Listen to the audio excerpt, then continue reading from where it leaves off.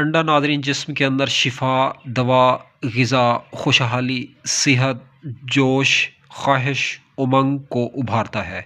तो अंडे का जो इस्तेमाल है ऐसे पेशेंट के लिए, ऐसे मरीज़ के लिए जो लोग कहते हैं अब तो हम जी बूढ़े हो चुके हैं, अब हमारे पल्ले क्या रह गया है, हमारा दायाँ बाजू सुन्न हो जाता है या पाँव सुन्न हो जाता है, हमारी पाँव की एड़ियों में दर्द रहता है। तो ऐसी कैफ़ियत में मैं अंडे का एक फ़ॉर्मूला दे रहा हूँ आपको।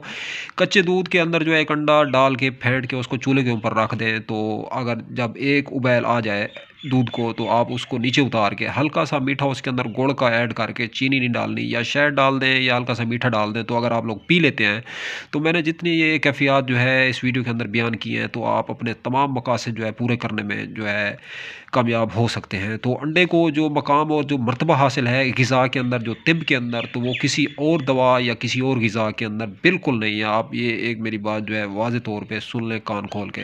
अंडे ज़रूर खाया करें। अंडे अगर आप लोग नहीं खाएँगे तो आप जो है बीमारी का शिकार भी हो सकते हैं।